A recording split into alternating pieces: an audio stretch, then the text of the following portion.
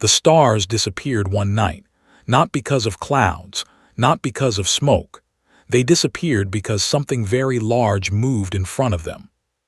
People across the world looked up at the sky and felt their hearts grow cold. Where there had been empty darkness dotted with tiny lights, now there were shapes. Thousands of shapes, ships, alien ships. They hung above the earth like a ceiling of metal and death. The Dominion had arrived. They were an old species. Their empire stretched across the galaxy like a dark stain. They had conquered 1,100 worlds. 1,100 planets had fallen to their fleets. 1,100 species now served them as slaves. They did not know the meaning of defeat. They had forgotten the taste of fear long ago. High Arbiter N stood on the command bridge of his flagship and looked down at the blue planet below. He was tall and thin, with pale gray skin that seemed to glow in the dim light.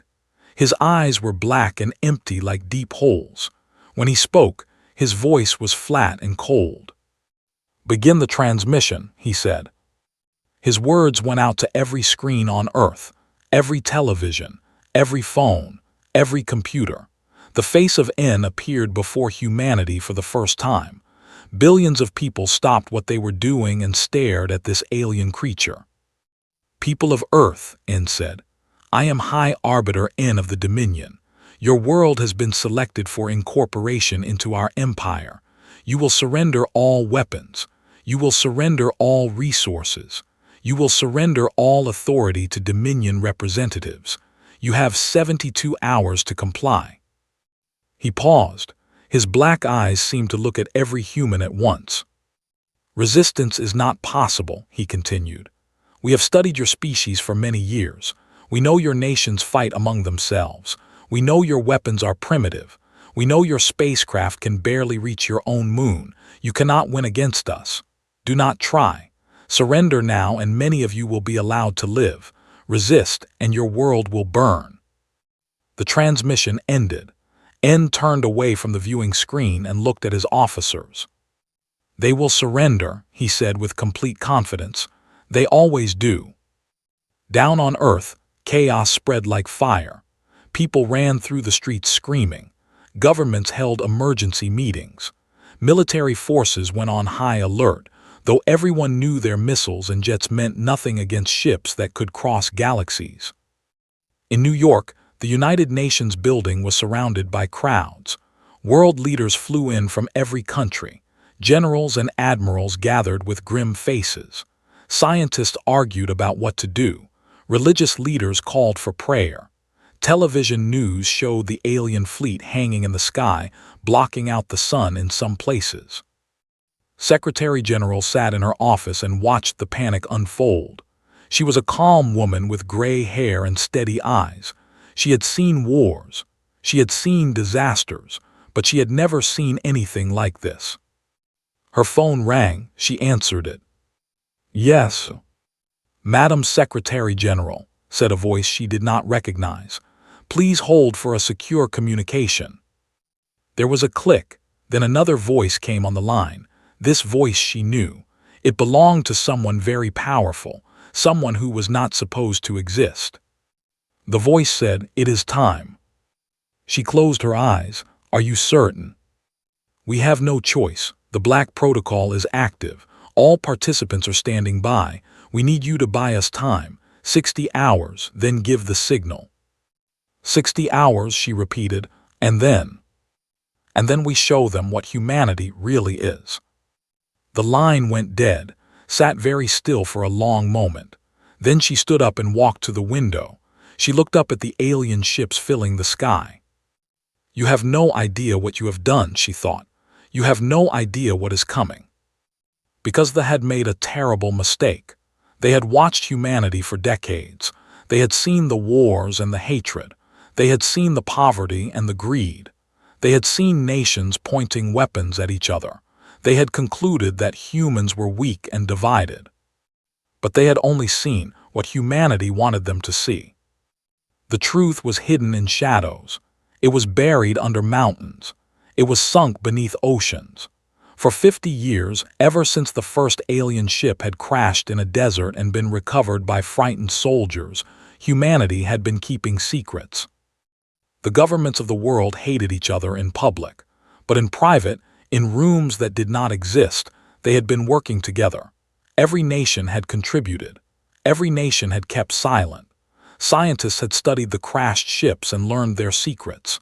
Engineers had built new machines based on alien technology. Soldiers had trained in underground bases that appeared on no map. They called it the Black Protocol. It was the greatest secret in human history, and now, finally, it was time to use it. In a mountain base deep under Colorado, General Stone read the activation order on his screen. He was an old soldier with scars on his face and fire in his eyes. He had waited 30 years for this moment. "All stations," he said into his communicator. "Black Protocol is active. Begin launch preparations." Similar orders went out across the planet. In Russia, hidden doors opened in frozen mountains. In China, underground hangars came to life. In Europe, Africa, South America, and a dozen other places, machines that had been sleeping for years began to wake up. The alien watchers in orbit noticed nothing. They saw panicked humans running in the streets. They saw governments arguing. They saw exactly what they expected to see. They did not see the truth moving in the darkness below. N reviewed his reports and felt satisfied. The primitive species was behaving exactly as predicted. They would surrender soon. Another world would fall. Another species would kneel before the Dominion. He had conquered so many worlds that they all blurred together now. This one would be no different. But somewhere in the back of his ancient mind, in a place he rarely visited anymore, something whispered a warning. Something felt wrong. The humans were panicking, yes, but there was something else in their behavior, something he could not name. He pushed the thought away. It was nothing. It was always nothing. The 72 hours continued to count down. The world held its breath, and in the shadows, humanity prepared its answer. 60 hours had passed since the aliens gave their ultimatum. Only 12 hours remained. The world waited for surrender. They waited for submission. They would get neither. Secretary General walked into the United Nations General Assembly Hall. Every seat was filled. World leaders sat together, their faces tired and gray from days without sleep. Television cameras from every country pointed at the podium. The alien fleet was watching too. They always watched. Stepped up to the microphone. She looked into the cameras. She knew that billions of humans were watching her. She knew that N was watching from his ship above. She took a deep breath. "People of Earth," she began, "we have received the demands of the Dominion. They have ordered us to surrender. They have told us that resistance is impossible. They have promised destruction if we do not obey." She paused. Her eyes were hard as stone. "We decline." The assembly hall went silent. On the alien flagship, N leaned forward in his chair. What was this? Foolish defiance? A desperate bluff? Continued speaking. "They believe they know us. They have watched us from afar. They have seen our divisions. They have seen our weakness, but they have not seen everything. They do not know what we have built in the dark. They do not know what we have been preparing. They do not know what humanity can truly do when our survival is at stake." She looked directly into the camera, directly at N himself. "You wanted Earth to submit. Here is our answer." Across the planet, the signal went out. The Black Protocol entered its final phase. In the Rocky Mountains of America, a whole mountainside split open. Metal doors the size of cities swung apart. From the darkness inside, lights began to glow. Engine lights, weapon lights, the lights of ships that had been built in secret over 50 years. The same thing happened everywhere. In the mountains of Russia, in the Himalayas of Asia, in the Alps of Europe, hidden doors opened. Secret bases revealed themselves. Ships rose from underground hangars, from hidden caves, from places no satellite had ever seen. In the Pacific Ocean, the water began to bubble and churn. Then the surface broke apart as massive vessels rose from beneath the waves. They had been waiting on the ocean floor for decades, silent and patient. On the dark side of the moon, where no camera could see, more ships emerged from hidden facilities built into craters. They had been constructed in complete secrecy, piece by piece, over many years. The Black Armada was rising. N stared at his sensor screens. His pale face became even paler. His officers made sounds of disbelief. This was not possible. This could not be happening. "Where did these come from?" he demanded. "Our surveillance showed nothing." But the screens did not lie. 800 warships were climbing up from Earth. 800 vessels that had not existed 1 hour ago. They were ugly ships, brutal and heavy. They looked like weapons given form. Their hulls were painted black as space itself. They bristled with guns and missile tubes and armor plates. These were not elegant ships. They were not graceful ships. They were ships built by a species that had imagined every terrible way to die in space and had built machines to deliver all of those deaths to others. Admiral Way sat in the command chair of the UES Defiance, the flagship of the Black Armada. He was a small man with gray hair and calm eyes. He had spent 40 years preparing for this day. Every simulation, every training exercise, every sleepless night had led to this moment. "All ships report ready, Admiral," his executive officer said. Nodded, he looked at the main screen which showed the alien fleet waiting above. 3,000 enemy ships. He had 800. The math was not good. But math was not everything. "Open a channel to all ships," said. His face appeared on screens across the Black Armada. 800 captains and thousands of crew members looked at their admiral. "You all know why we are here," said. "You all know what we face. The enemy has numbers. The enemy has experience. The enemy has never lost." He smiled slightly. "But they have never fought humans before. They do not know what we are willing to do. They do not know how far we will go. Today we teach them." He paused. "Some of us will die today, perhaps many of us, but we will make them pay for every ship. We will make them remember this day forever. We will show the galaxy that Earth does not kneel, Earth does not surrender, Earth fights." He raised his hand. "All ships form up on the Defiance. We rise together, we fight together for Earth, for humanity, for everyone who will never kneel to tyrants." The Black Armada moved into formation. 800 ships arranging themselves into attack groups, destroyers, cruisers, battleships, carriers, all of them painted black, all of them ready to die. On the surface of Earth, people looked up at the sky. They saw their fleet rising to meet the enemy. Many of them cried, not from fear but from pride, from hope, from savage joy. They had been told surrender was the only option. They had been told resistance was impossible. And now 800 warships were climbing toward the stars to prove that humanity would never accept such lies. N watched the human fleet approach. His confidence had cracked like thin ice. How had the humans hidden this? How had they built so many ships without detection? What else had they hidden? But he pushed his doubt aside. Numbers still mattered. Technology still mattered. He had 3,000 ships to their 800. His weapons were more advanced.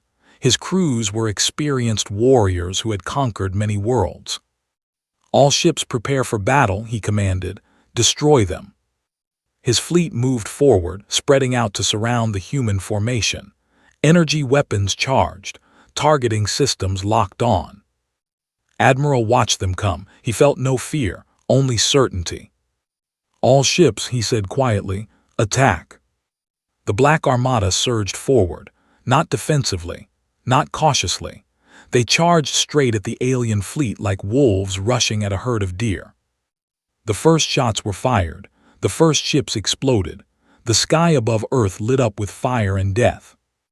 The battle of the threshold had begun. The fired first. Their weapons were beautiful in a terrible way. Beams of blue energy lanced across space, precise and elegant. Each shot was calculated to disable, not destroy. The Dominion did not like to waste resources. They wanted to capture ships, not burn them. This was how they had always fought. This was how they had always won. But they had never fought humans before. The first human ships hit by the beams did not stop. Their armor cracked and burned, but they kept coming. Crews rushed to seal breaches. Engineers rerouted power from damaged systems. Wounded soldiers kept firing their guns with bleeding hands. The ships that should have been disabled charged forward even faster. Admiral watched his fleet slam into the enemy formation like a fist through glass. "All ships weapons free," he commanded. "Make them pay." Human weapons were not elegant. They were not precise. They were brutal tools designed to destroy everything they touched. Fired metal rods at incredible speeds. These simple pieces of tungsten hit enemy ships with the force of nuclear bombs. Vessels that had survived 1,000 battles were torn apart by metal moving faster than their shields could handle. Missile swarms flew from human ships, thousands of warheads spreading out like angry insects. The point defense systems destroyed many of them, but not all. Not nearly all. Ships that had never been scratched exploded in balls of flame. And then there were the special weapons. The ones that violated every law of civilized warfare that the galaxy had developed over millions of years. Human ships carried nuclear-pumped X-ray lasers. When fired, a small nuclear bomb would explode, and for one brief moment before it was consumed, it would power a laser of incredible strength. One shot, one kill, then reload and do it again. They had banned such weapons long ago. They were too destructive, too wasteful, too savage. Humans did not care about their rules. The battle raged around the moon, in the space that would later be called the Threshold. It was chaos and fire and death. Ships on both sides burned and broke apart. Escape pods scattered like seeds in a storm. Bodies floated in the void. But something strange was happening, something they had never seen before. When human ships were crippled, they did not stop fighting. They turned their broken vessels into weapons. A destroyer with its engines destroyed would fire its remaining guns until they melted. A cruiser with no weapons left would ram itself into the nearest enemy ship. Crews with no hope of survival would overload their reactors and detonate their own ships inside enemy formations. Captain Maria Santos of the destroyer Relentless felt her ship dying around her. The bridge was filled with smoke. Half her crew was dead.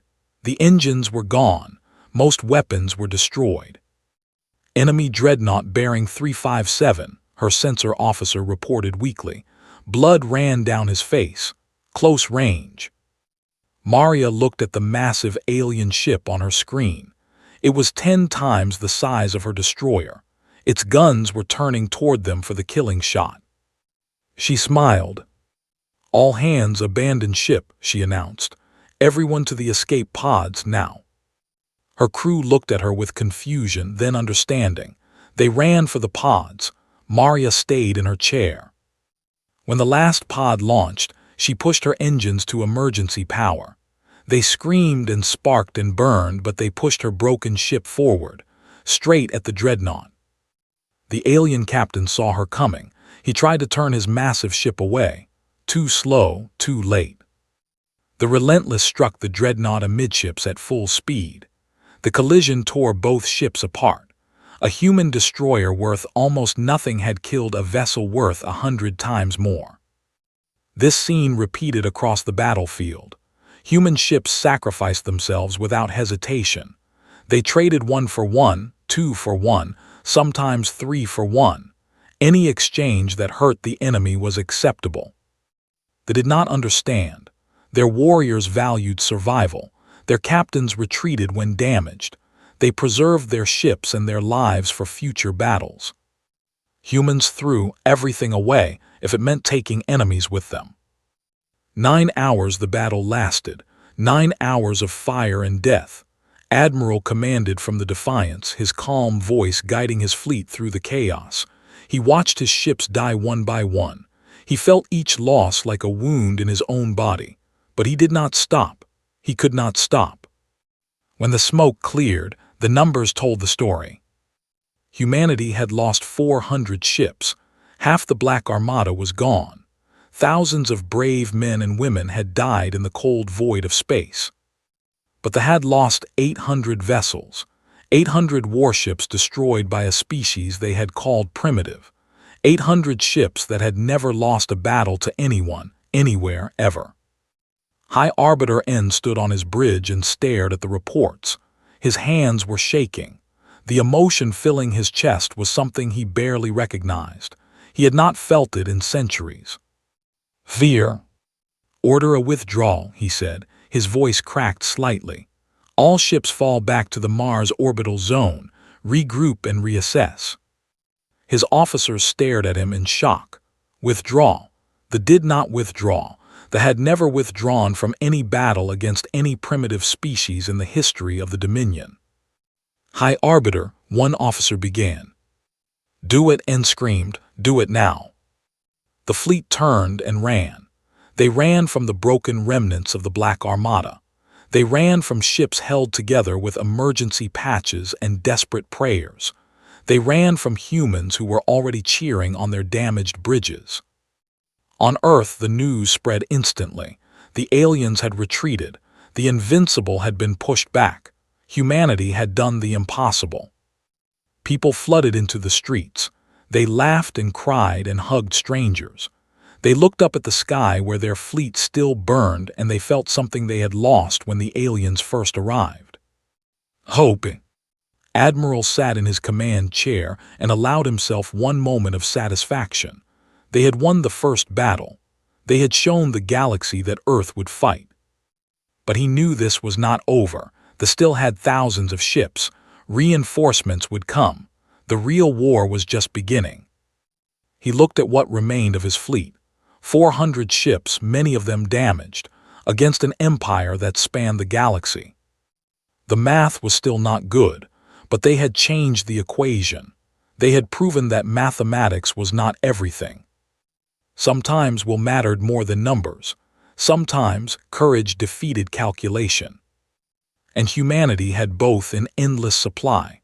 The first battle was a victory, but the war had just begun. 2 weeks after the Battle of the Threshold, new lights appeared at the edge of the solar system. More ships. 2 full fleets called from conquered territories to crush the upstart humans who had dared to resist. 10,000 warships now filled the outer reaches of human space. 10,000 vessels of death and domination. Against them stood 400 damaged human ships and whatever new vessels the orbital shipyards could produce. The math had gotten much worse. High Arbiter N looked at his reinforced fleet and felt his confidence return. The first battle had been a shock, yes. The humans had surprised him with their hidden fleet and savage tactics, but surprise only worked once. Now he had overwhelming numbers. Now he would finish this. They advanced slowly, carefully. They had learned respect for human ferocity. They did not charge in blindly. They moved forward in stages, destroying human defenses piece by piece. The orbital stations around Earth fell first.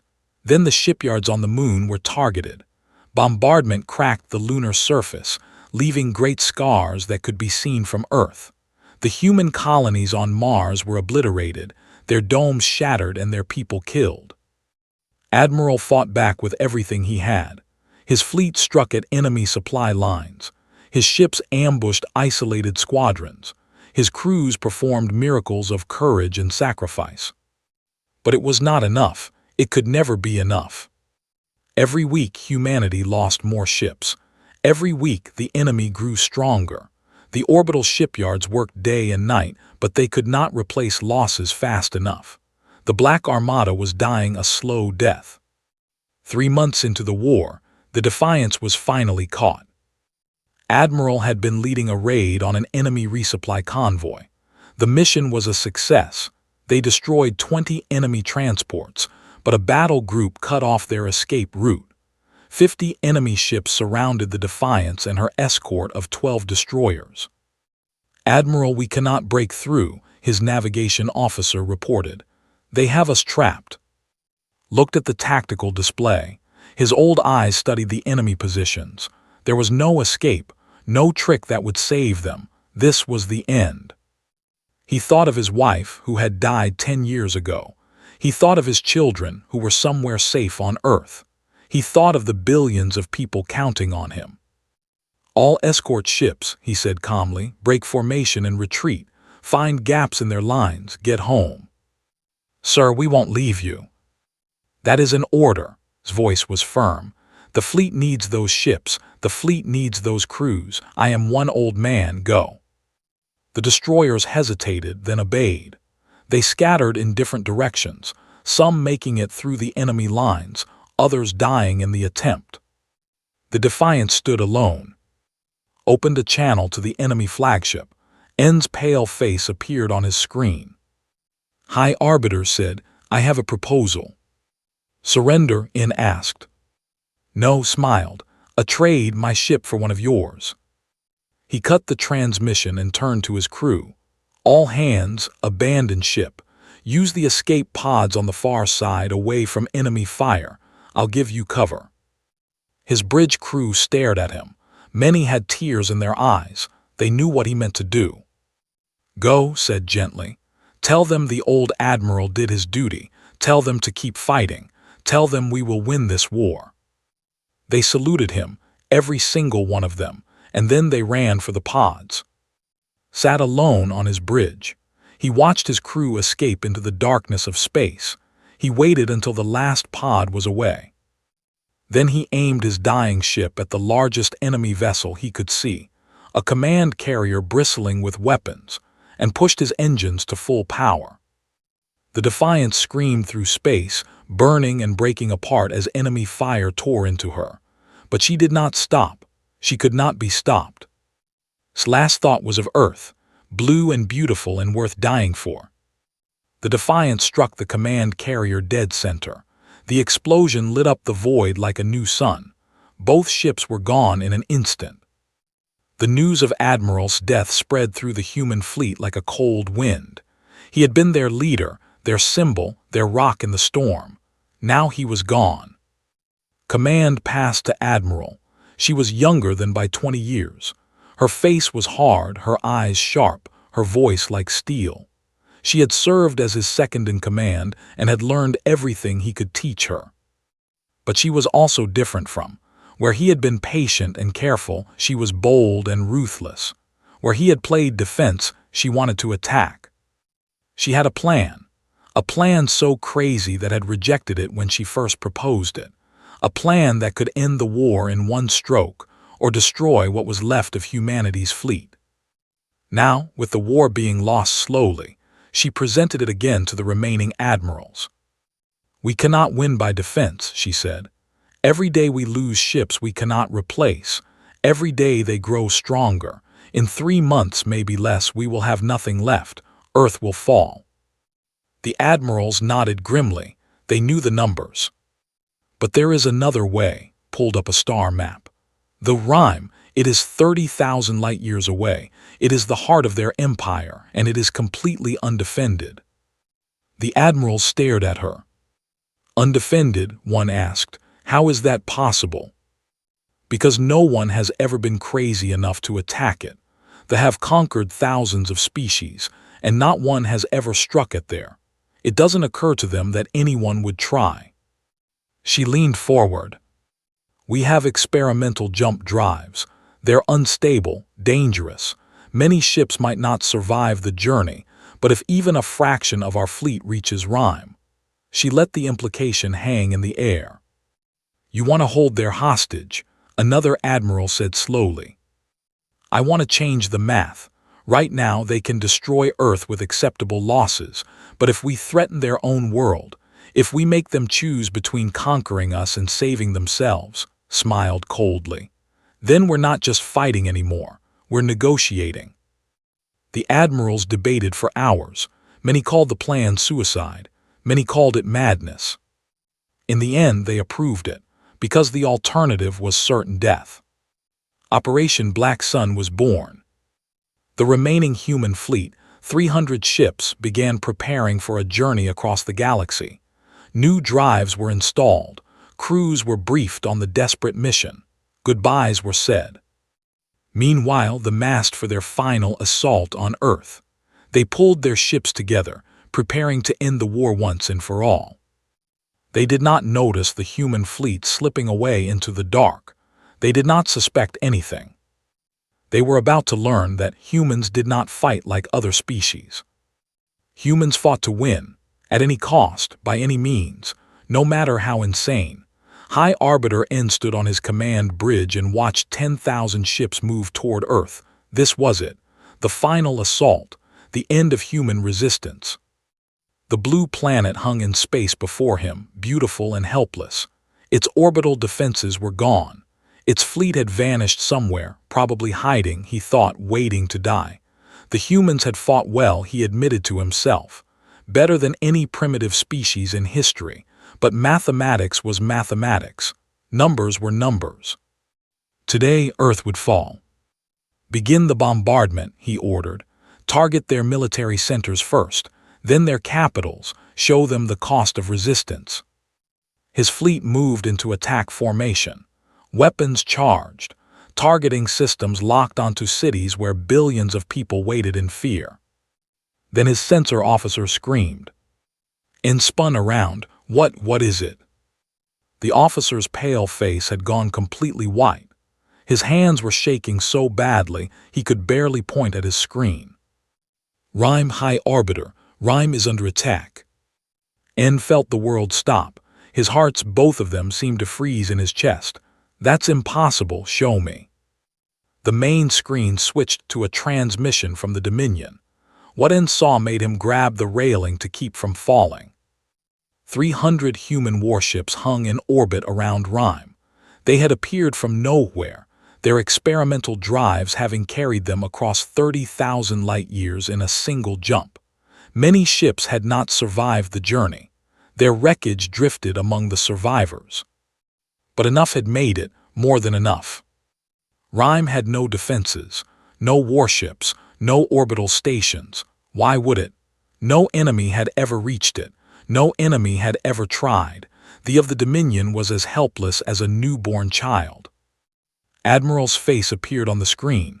Her eyes were cold and steady. High Arbiter N, she said, we need to talk. N found his voice. This changes nothing. You may have reached our, but you cannot. I cannot what? Interrupted. I cannot destroy it. I cannot burn your cities, kill your people, end your civilization. She tilted her head. Watch me. One of her ships fired a single missile. It fell through the atmosphere of Rime and struck an empty field outside a major city. The explosion was small by warship standards, but on a planet that had known only peace for 10,000 years, it was the end of the world. Screams echoed across Rime. Millions of who had never known fear suddenly understood it. That was a warning, said. The next one hits the city itself, then another city, then another, unless you want to talk. N's mind raced. This was not possible. This was not how wars were fought. You did not attack. You did not threaten civilians. You did not. But humans did. Humans did all of it. What do you want? He asked. First, you pull your fleet back from Earth. Now, any ship that fires on my planet will be matched by one of my ships firing on yours. N thought of the millions of looking up at the human fleet in terror. He thought of the ancient temples and sacred places that could be destroyed in moments. Do it, he told his fleet commanders. Pull back all ships. 10,000 warships stopped their advance on Earth. They hung in space, weapons ready but not firing. On Earth, people watched their screens in shock. The enemy fleet had stopped. They were not attacking. Something had changed. Good, said, now we negotiate. What followed was not a battle but a conversation, and it was the strangest conversation in the history of galactic warfare. N threatened to destroy Earth, calmly ordered one of her ships to fire on an industrial center. When the dust cleared, a factory complex that had operated for 3,000 years was gone.